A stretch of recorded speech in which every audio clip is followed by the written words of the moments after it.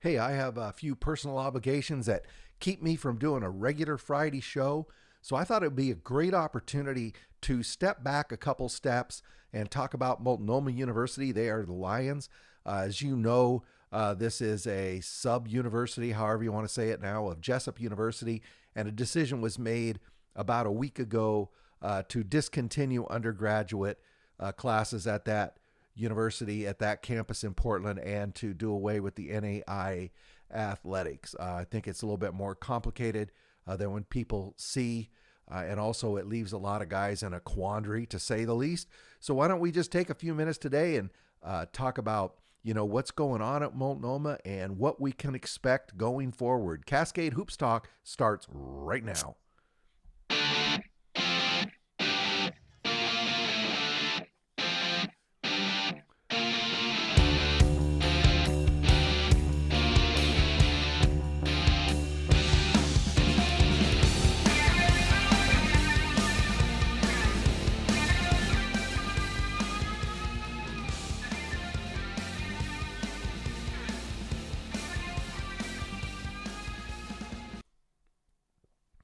So as I said last week, Multnomah University, which is it's called Jessup Multnomah, or Multnomah campus of Jessup.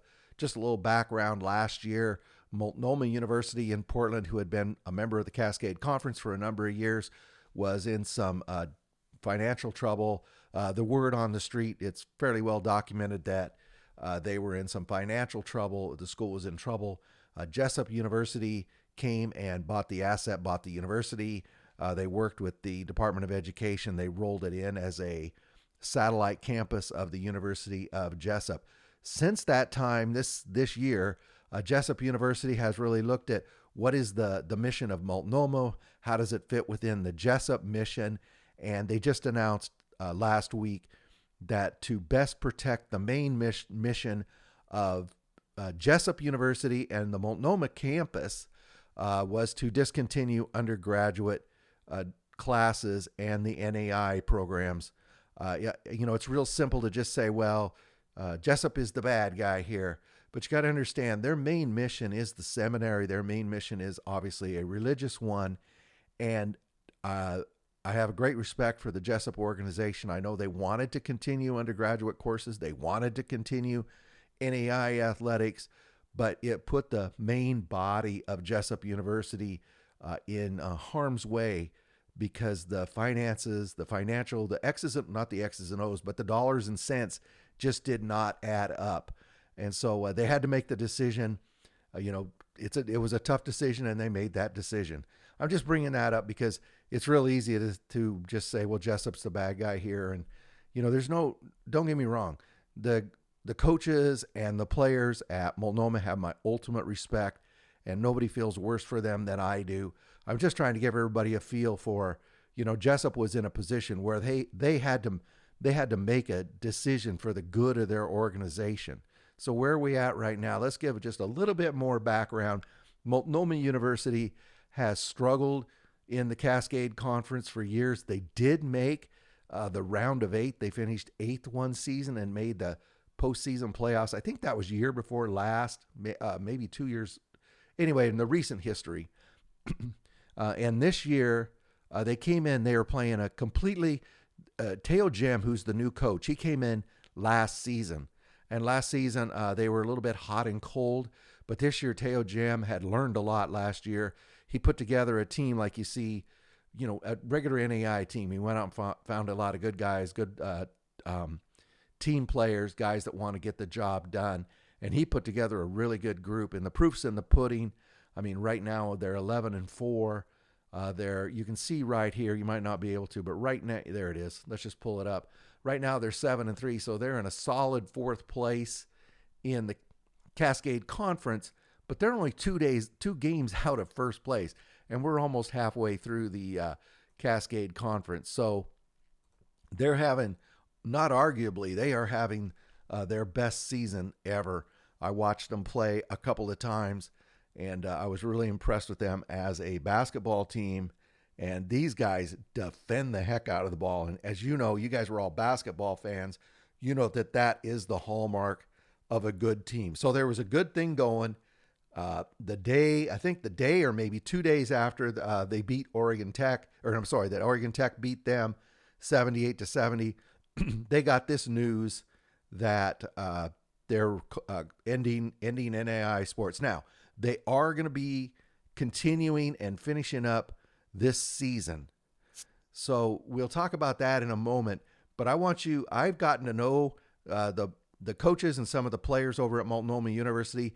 It's a relatively easy drive for me to get to Portland. I've covered them quite a bit over the last 3 or 4 years. These are really good guys, and I wanted you to get a feel for these guys to put a bit more of a personal feel. We're going to start with Quinn Curry. He's the associate men's basketball head coach. Quinn Curry is from Chicago. He grew up there. He came out here to play basketball. He comes from a basketball family, and he played at Multnomah in their heyday with Justin Martin. Justin Martin got over 70 points twice. That Multnomah team then was a little bit more of a, not really, I don't know that, I want to say a circus team, but they would just shoot 70, 80 threes a game. It was incredible. But Quinn Curry's done a good job as the associate head coach. I talked to him at Multnomah before the Warner Pacific game. Hey, Cascade Hoops Talk, Billy D. I got Quinn Curry here. Yes, sir. Associate head coach Yes, at Multnomah. You know, we wanted to come out here. You and I were just talking. You guys are 8-2, 4-1 in conference. Not a position Multnomah's normally in. Just talk about this year's team. Yeah, they're a joy to be around. They compete hard, but more importantly, we were just looking for a good culture, right? And going into our second year, taking over the program, find guys who compete hard and things like that. And so every day coming into practice is a joy. Every game is fun going out to battle with those guys. Sure. So you're 4-1 in conference. I know you don't want to talk like this because you're a coach. Yeah. But tonight you have a chance of coming within a half game of College Idaho, a quarter of the way through the conference play. Mm-hmm. You played here. You've been around Multnomah basketball for a long time. Sure. It's been really tough trying to get this team up to that higher level. Yeah. What is different this year? Yeah, I think it comes down to competitive spirit, right? Not as much about individual skill set or anything like that. It's just how connected are your guys, right? If you look at the teams that are competitive in our league, it comes down to how connected do they play, right? Yeah. It's not as much about the one-on-one matchup and more about, how does our five beat their five, right? And this group is as tight as we've had.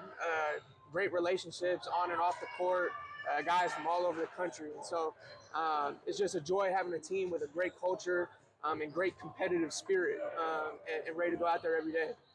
I told you, I asked another coach in the conference, I said, tell me about Multnomah. Yeah. He said, not near as athletic, but a lot better basketball team.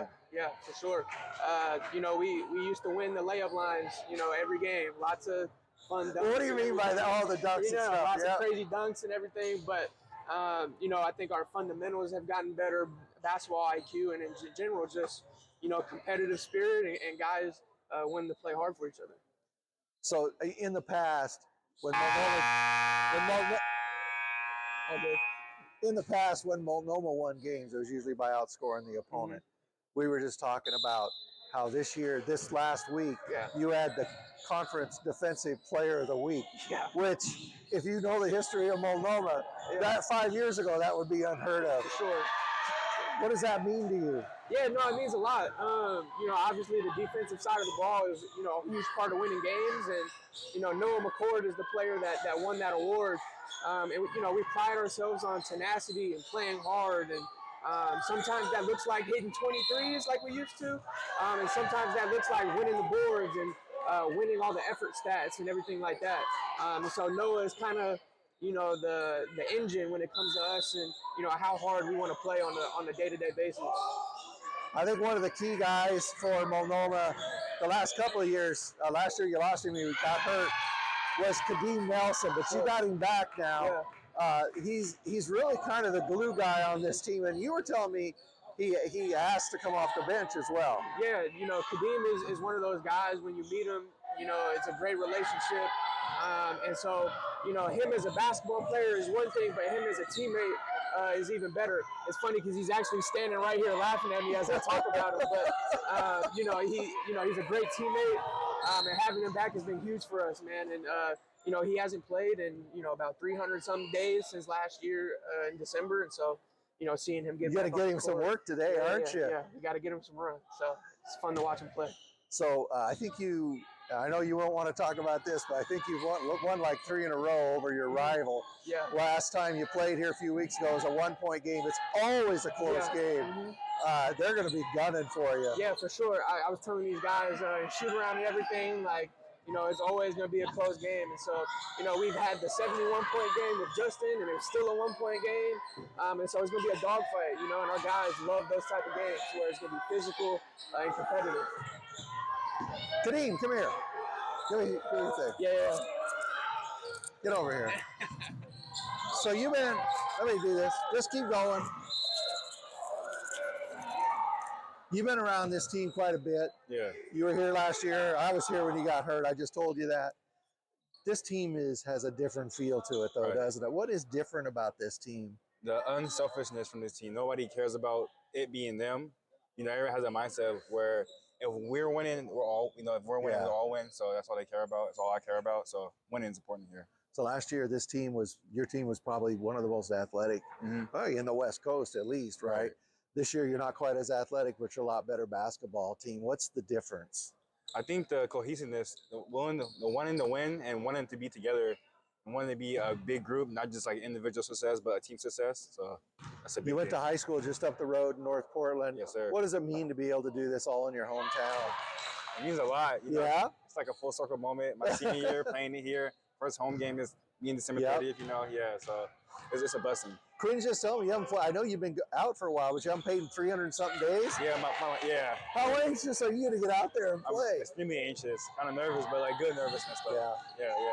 Well, good luck tonight. Thank you. Nice meeting you. Nice to meet you too. That was cool.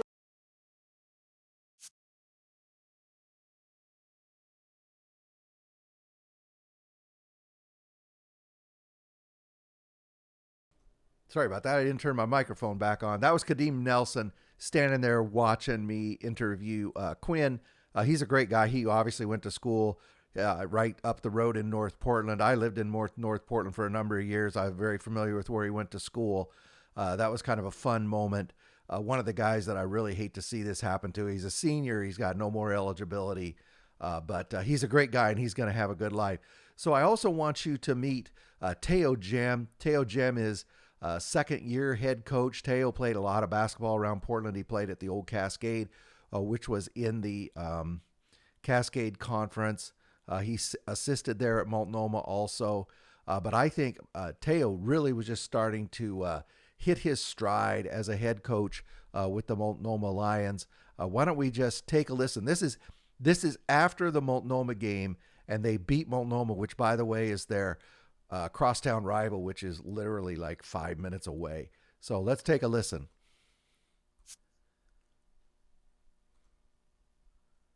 Hey, I got Teo Gem here, your head men's basketball coach, Multnomah basketball. Huge win over Multnomah. I was talking to Marjay about it. It's not your crosstown rival. It's Warner Pack, yeah. Warner Pack. Yeah. They're your cross the street rival almost. Yeah, 5 minutes away. Yeah. So just talk about how big this is. You're 5-1. Yeah. I know you don't want to think like this because you're a coach. You're a half game back from College of Idaho. Yeah. I mean, when's the last time you could say that about Multnomah? Right, yeah. I mean, at the same time, it's great. We worked really hard for this record, but I tell these guys all the time, like, regardless of the results, as long as we can go every day and we can just say, hey, did we win the day, right? Whether it's practice, film, scouting report, even in the game, and the results will take care of themselves. So absolutely grateful to be in a position of where we're at. There's still a lot of basketball to go. So I thought in the first half, Warner Pack came out really ready. Yes. They played really well. Yes. Solomon, I thought, played really well. You contained Sean Johnson. But in the second half, you came out and you just took the oxygen out of the room. What'd you say to the guys at halftime? It wasn't an X's and O's thing. It wasn't like a strategy thing. It was just about, can we compete? It was as similar as the first game, right? The first game, they came out and competed, and we weren't quite, in that competitive spirit like we've seen all week in practice. And so I just challenged them. And I just said, hey, like, we're better now. Let's prove that we can be better at that. And they answered to it, and I'm just so proud of this group, man. They responded positively. It was great. You got to be really proud of their effort. The 40 minutes, they played hard. What were some of your pluses and minuses about tonight? Did you feel like you made that step up you were hoping to in the last game? Absolutely. Like we had talked before, we wanted to use this game as a progress report of where we were at since the first time we played them. I felt like we did a phenomenal job on the on-ball defense. Sharing the ball, we had 21 assists tonight. Beat them on the boards, but we can get better, right? There was a couple of times where we let them open layups. There wasn't communication on the backside. That's something that we'll continue to work on, but I'm just so proud. We have made tremendous progress. We are a better team than where we were the last time we played them, but there's always room for improvement, and so we're excited to hit the ground running tomorrow. We're still trying to run down Noah Madsen, but I thought at the point, I mean, he was so cool and calm. He was really key at the point. Talk about his game tonight. Noah, he brings a lot of that even keel, right? It's just that calmness about him, being able to control the game and everything like that, whether it's him scoring, him getting into the paint and passing out, and even on the defensive side. He does it on both sides. It's just been great. And actually, it really helps Marjay become even a better player. I mean, Marjay's already a phenomenal player, but having Noah help balance that out, it just makes our team so much better. It had to feel, one last thing, it had to feel pretty good tonight. You weren't, especially early on, you couldn't really hit the long ball. Your shooting wasn't really where you wanted it to be, but you were able to really win this one with defense. That has to feel good as a coach. Absolutely. I mean, if you've looked at our, box scores and the games we've won, we haven't shot great, and we still aren't shooting great, but I continue to give confidence in my guys. And as long as we can get paint touch and get an open shot, I'm confident in all our guys. I tell them to keep shooting the ball. The ball, it's eventually going to go in. So big win tonight. I appreciate it. Thanks for having us out. I really appreciate it. I'll go get it. Thank you. Thank you. Okay, so thanks a lot to the guys at Multnomah for letting me come out there when they played Warner Pack. I had a lot of fun. So this is what, I'm going to have to blow this up. So this is what's going on. I think this weekend is really going to tell us something. So tonight, I should say, Multnomah is going out to College of Idaho. They're playing out there in Caldwell. Multnomah, as I said, is a very, very good basketball team. They definitely can play with College of Idaho. We're just going to have to, all of us, watch this game tonight.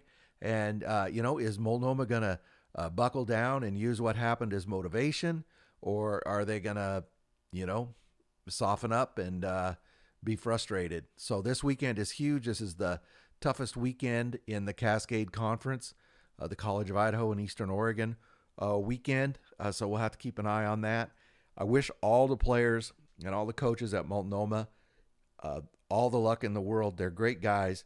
And I just wanted to take the chance today to take a few minutes and recognize what they've done there and just alert everybody to the situation, because it's one thing to hear the school closes, but it's another thing to kind of hear the backstory and get to know some of the people that it affects. So I really appreciate your time. We'll be back with our regular show on Monday, and have a good weekend and get out and watch some NAI basketball. Thanks a lot. That's all I got. Thank you very much for supporting our podcast. Please like and subscribe. Get out to your local NAI school, because NAI basketball is the best entertainment value in America.